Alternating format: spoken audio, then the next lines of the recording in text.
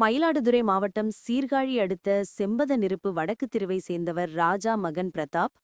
19ஆம் தேதி டிட்வா புயல் காரணமாக மாவட்டம் முழுவதும் பலத்த காற்றுடன் கூடிய கனமழை பெய்து வந்த நிலையில் பிரதாப் இருசக்கர வாகனத்தில் கடைவீதிக்கு சென்று வீடு திரும்பியுள்ளார். அப்போது எதிர்பாராத விதமாக அருந்து தொங்கிய மின் கம்பியிலிருந்து மின்சாரம் தாக்கியதில் பலத்த காயமடைந்த பிரதாப் சம்பவ இடத்திலேயே பரிதாபமாக உயிரிழந்தார். தகவல் அறிந்த பிராட்சாலை போலீசார் இறந்தவரின் உடலை கைப்பற்றி பிரேத பரிசோதனைக்காக மயிலாடுதுறை அரசு மருத்துவமனைக்கு அனுப்பி வைத்தவுடன் வழக்கு பதிந்து விசாரணை மேற்கொண்டு வந்தனர்.